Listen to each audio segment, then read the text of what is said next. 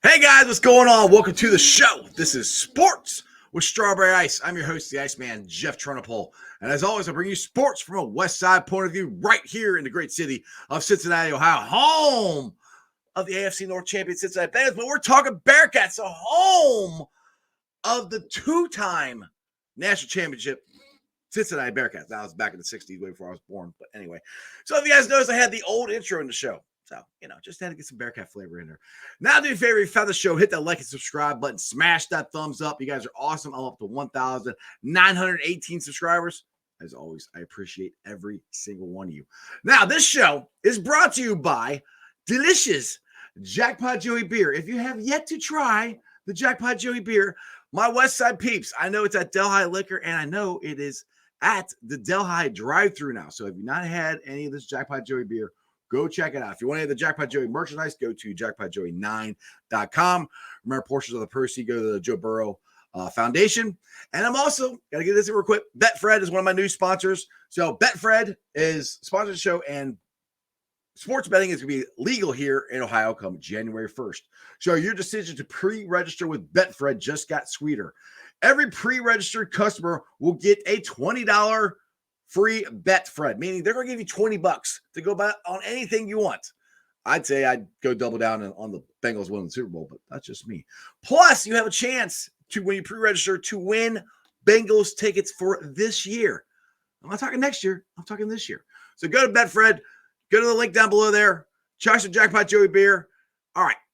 Enough of that. Let's get to the Bearcats. The reason we're here is to talk to Justin Williams from The Athletic. Justin, what's going on, my man? What's up, Jeff? How's it going? Good, buddy. Good.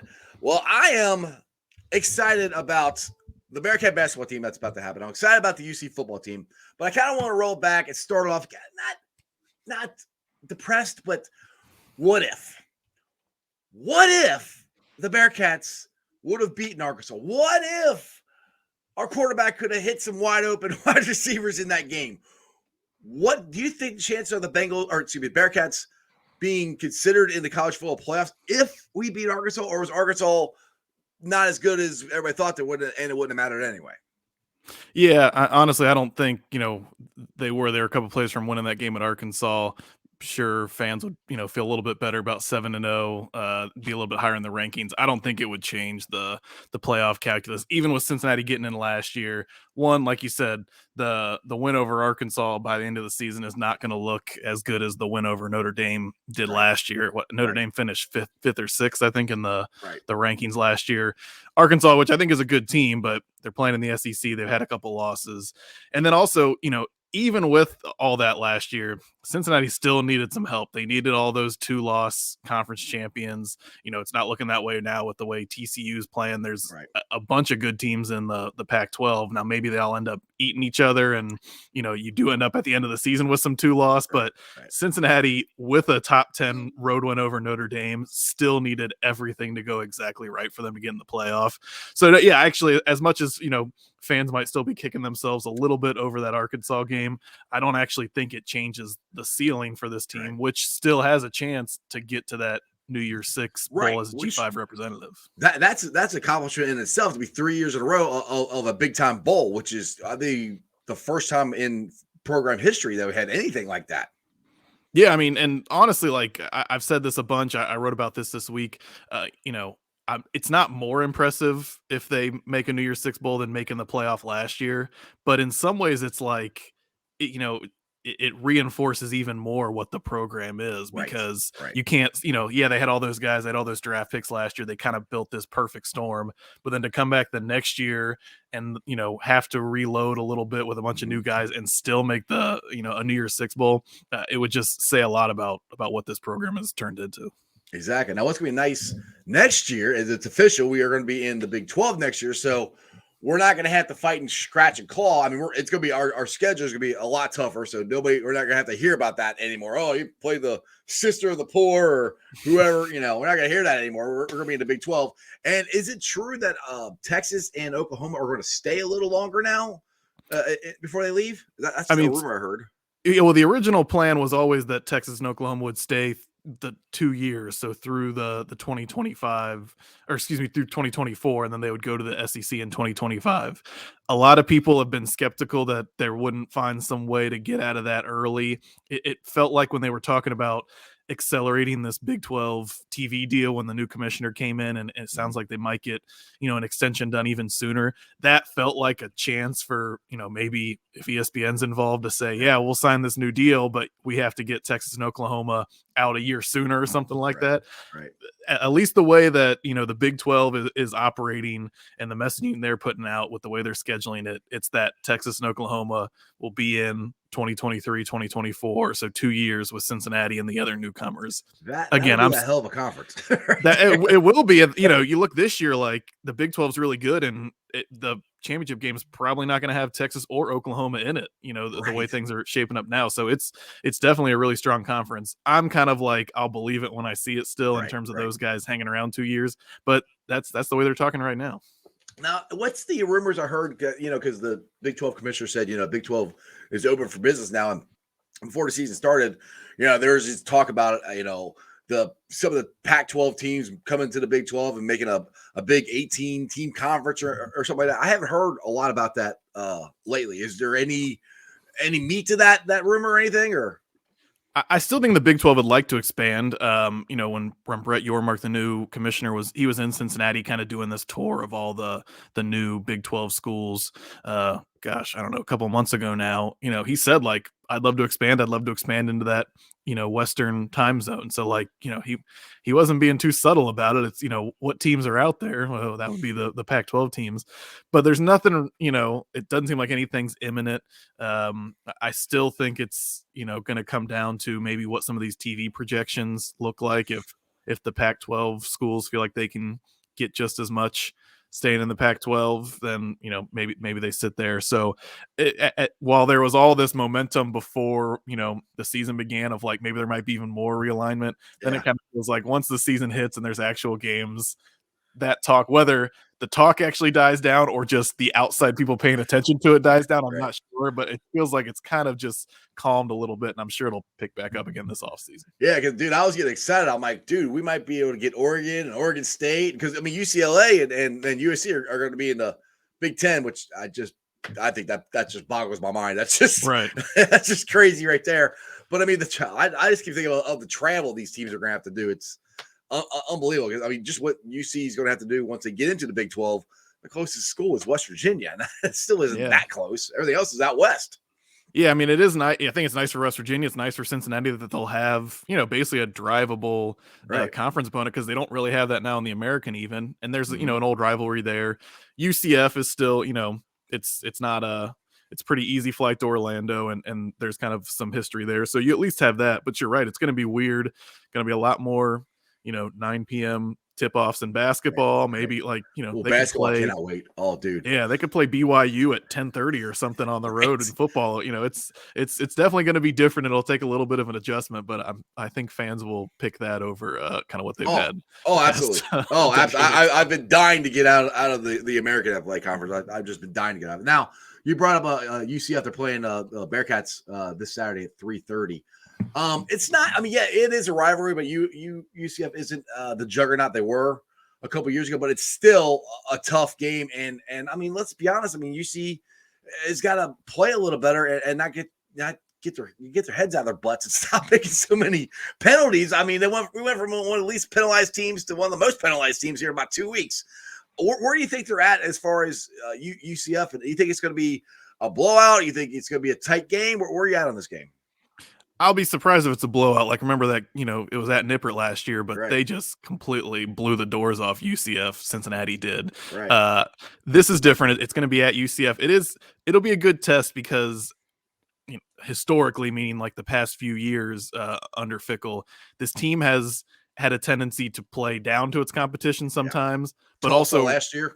yeah, but also rise to the occasion, like, when they're playing Georgia in the Peach Bowl or they're playing Notre Dame. Notre Dame on the road. So Right. like they're going to be going, Fickle mentioned like this is going to be since the Arkansas game week 1, it'll be the first true road hostile environment.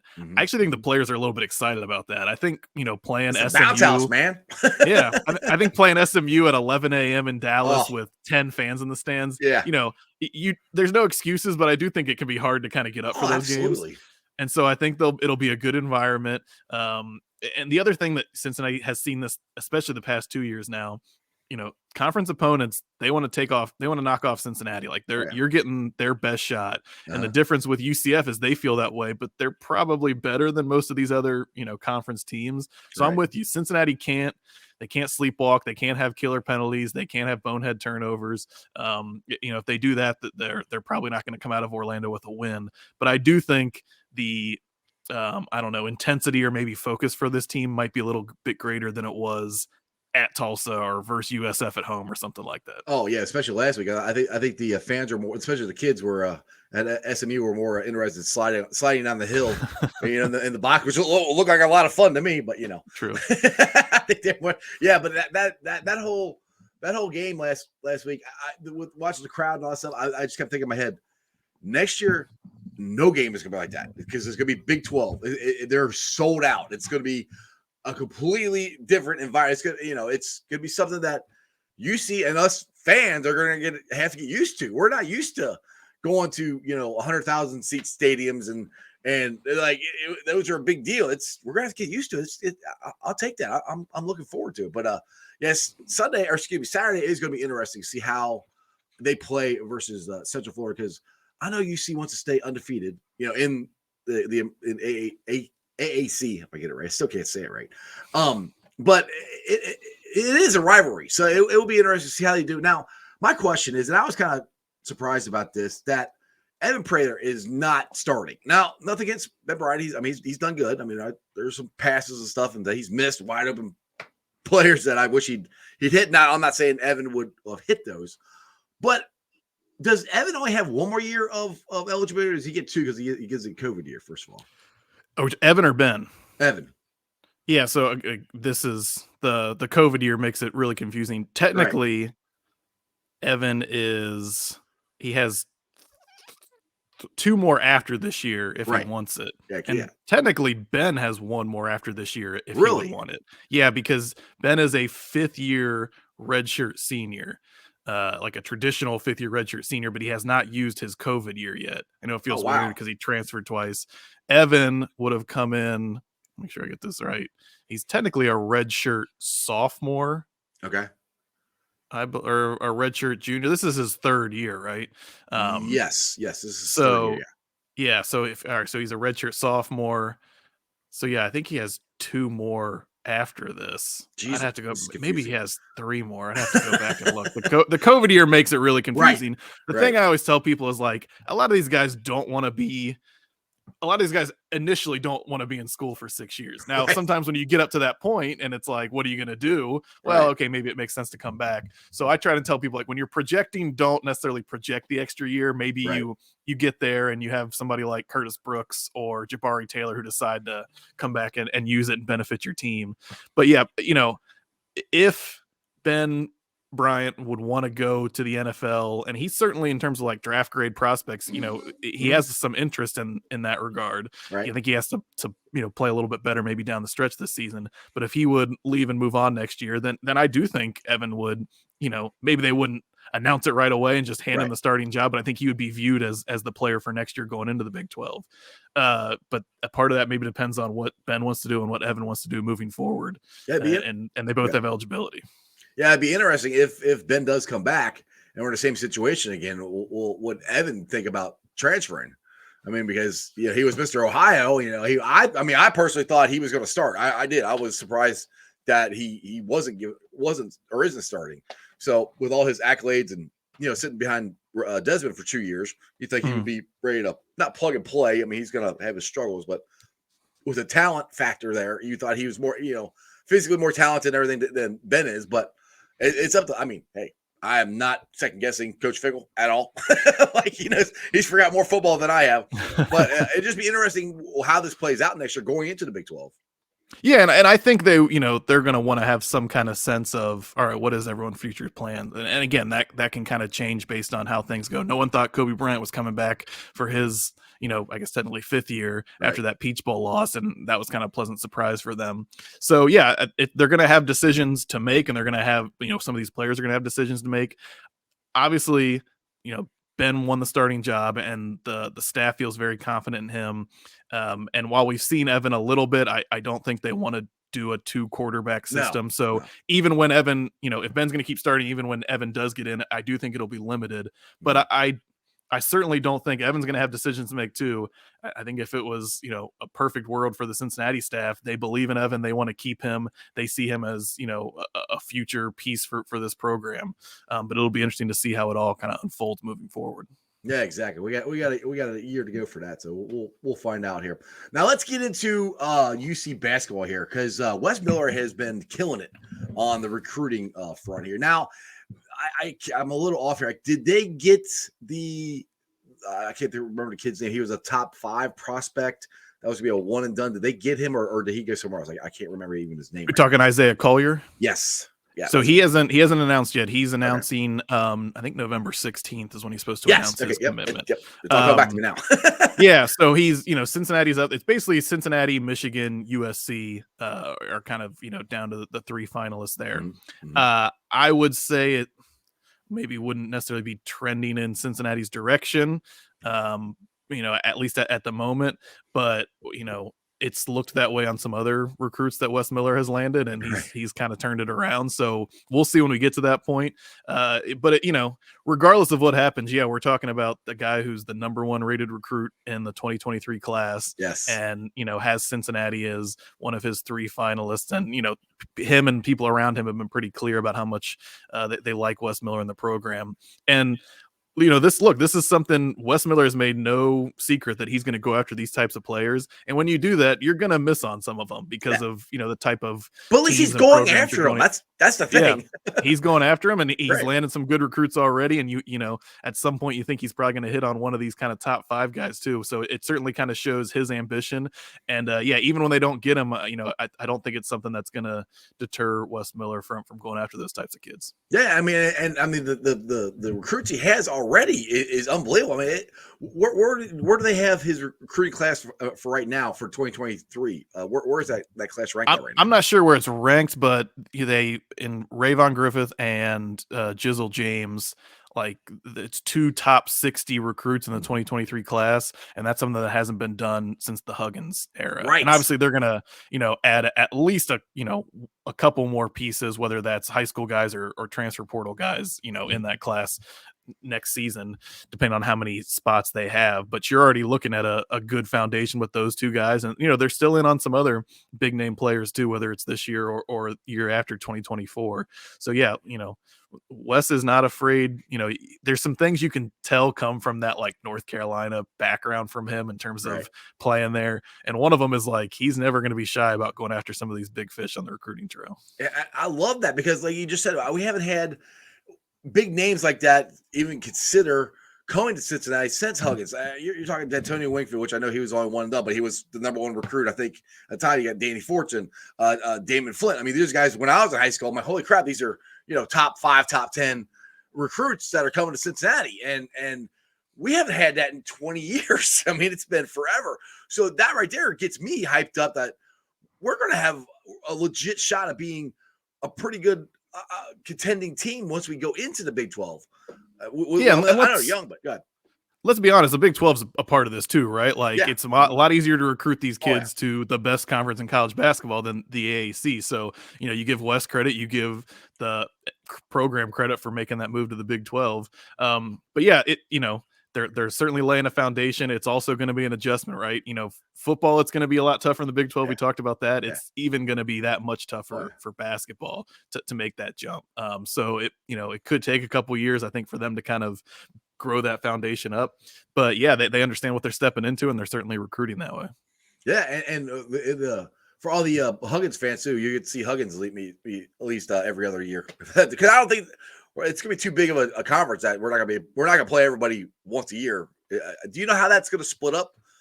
I do think I don't know how they'll do it, whether it'll always be, once or twice, home and homes every year, but they're definitely they're going to tie West Virginia and Cincinnati together in football and basketball just because of how close they are. Right. So yeah, in basketball, you're probably getting home and home with West Virginia every There you go. year. And football, you're playing them, once a year, either home or away. I would be shocked if that's not the case. Sounds good to me. So, all right. So we talk about the 2023 team here. What's about the 2022 team this year? How are we looking this year? Because last year it was Wes's first year, and it's growing pains. And like me, a lot of us got tired of watching us chuck up 3-pointers over and over and over again. That wouldn't go in, but I mean, they didn't really have an identity. I think, Wes has put a system in. How's the team looking this year, as far as Wes's second year going into it? Yeah, I definitely think they're going to be better. The question, to start the season, then as it goes on, is how much better. And part of the problem last year was they started strong and then kind of just fizzled once they got into Right. conference play. And so I think a real key for them will be making sure that doesn't happen when it gets to January and February. Whether it's conditioning or just some of the pieces they've added to the team, that they don't have that drop off. So yeah, they're going to be better. Look, they've added a lot more talent. They've added a lot more length, whether it's guys coming in as transfers or some of these freshmen that they brought in. I don't think scoring will be as much of a slog as it was last year. I think Landers Nolly is going to be a big part of that, the Memphis transfer. I do think what'll be interesting is how do they look defensively, because they're different. Yes. Last year they had those big Hayden Koval, Abdul Adu on the inside, kind of traditional centers. They don't have that now. So yes, they might have a little bit more length and versatility on the perimeter, but how does that look on the interior when you don't have as much rim protection or paint presence? And then just we should be moving closer towards this Wes Miller system of full court, 3/4 court pressure, very defensive minded. But how much closer do we get? And then kind of the ultimate question, I think, is how much closer are they to getting back to the NCAA tournament? Because that's what it's all about, right? And I don't think it's ridiculous to suggest that they could get back there this season. I don't know that I would necessarily say that that's the expectation, though, either. But I think we'll find out pretty early to start the season, especially when they head to Maui against a really good field in that tournament. Yes, exactly. They could hopefully we'll at least be a bubble team where we have a shot of getting in. And I want to beat so bad right now is Houston, because Houston is the Bearcats. They are of Mick Cronin, Bob Huggins. That was us. And I'm tired of going down there and getting punked by them. So I'm hoping Wes gets this Bearcat defense going again, because that's the one thing I know that drove me nuts, a lot of Bearcat fans nuts, is one thing you can always count on with Bearcat basketball is their defense. And we saw so many guys drive to the middle of the lane and score last year, and it didn't stop the ball. And I love the full court pressure, because that reminds me of the Final Four team with Terry Nelson and Lizelle Durden, or not Lizelle Durden, sorry, T-Rat and Herb Jones and those guys. They would pick them up full court. And that's what I was really looking forward to seeing Wes do that. He didn't have the horses last year. Hopefully this year, like you said, get a little more closer to it. Yeah, I mean, I think they're definitely, and he wants to play that way. I do think defense is still, because he demands so much defensively, and because that's such a big part of his identity. I'm curious to see how that looks this year. I certainly don't think they're going to be all the way to where he wants to be, but yeah, you're right. The hope would be that they're taking some major steps and getting closer to that. Exactly. Now, the Julius came out with he's the first one of the Bearcats. I know they had the name player likeness, and he's donating his money to I can't remember what it was now. Do you? It's books for kids in inner city Detroit and Cincinnati. Yeah, there you go. I think that's pretty impressive there by him to do that. Yeah, look, I mean, DeJulia, he's a very mature kid. I think we've seen that just in kind of the way he's responded to situations and spoken publicly the past couple of years at Cincinnati. And yeah, so that they've done this thing. I think it's through Fanatics, where you can buy actual player jerseys now. Right. DeJulia's number 5, and the players through this deal they get a cut of some of that money. I'll be honest, I don't think it's a huge cut, unfortunately, but better than what it was in the past. Right. And it is kind of funny, a lot of people when this NIL stuff took off, they thought it was going to be, oh, this is the professionalization and the end of amateurism. And in some ways it is, in some ways that might not be a bad thing, but it's kind of cool when you see guys like what DeJulius is doing, who instead of being, it's not all about just money grabs and things like that. Here's a guy who's kind of using his platform and maybe his earning ability to help out kids in his hometown and kind of his adopted town where he lives now. And I think that's pretty cool. Yeah, talk about a guy who took care of the took advantage of the COVID year. He's in his 27th year at UC now. at least it seems like it anyway. It feels that way, right? All right, Justin. Well, I appreciate you coming on the show again here. Tell everybody about any articles or anything you got coming out on The Athletic. Yeah, so is on hopefully Thursday on The Athletic, we'll have a big season preview for basketball. We're less than 2 weeks away, so I'm working on that right now, and hopefully that'll come out. And then we had coverage this week on the SMU game, and have something on Friday looking ahead to the UCF game, and then I'll be down in Orlando, good Lord willing, and plenty of coverage for Bearcats football here the rest of the way as well. Man, that sounds like a rough job there. You got to go down to Orlando. It's going to be freezing cold and rainy up here. Anyway, Justin, I appreciate you as always. Thanks for coming on, and we'll have to do this again sometime. Absolutely. Thanks, Jeff. Thank you. All right, guys, I hope you enjoyed that as much as I did. Go check out Justin Williams at The Athletic. He's a great guy, great read. He always comes on the show when I ask him to. I appreciate everything he does for me. And let's get to I only got a couple Facebook groups that will put this on. So it's going to be Bearcat Ruckus, Bearcat Country, and Bearcat Nation. So go check those out. And then you can subscribe to me. Follow me on all my social media platforms, all under Sports with Strawberry Ice on my Instagram, Twitter, and TikTok. Twitter handle is at Jeff A. Trunapole. TikTok is at Iceman90. YouTubers, you guys are awesome. I'm at 1,918 subscribers. I'm so close to 2,000 subscribers. I'm getting so close to getting 1,000 of these shows done. It's lunchtime. That's the time I'm planning on releasing this one. So I hope you guys enjoy your lunch. You guys have a wonderful day. I got 2 other shows coming out today. I got my regular one at 5:30, and I'm recording another one with Zim. Zim Hude. He's going to be on with me. So, Zim always brings the fire, and I appreciate everything he does. And other than that, you guys have a great lunch. That's just sports, baby. See ya!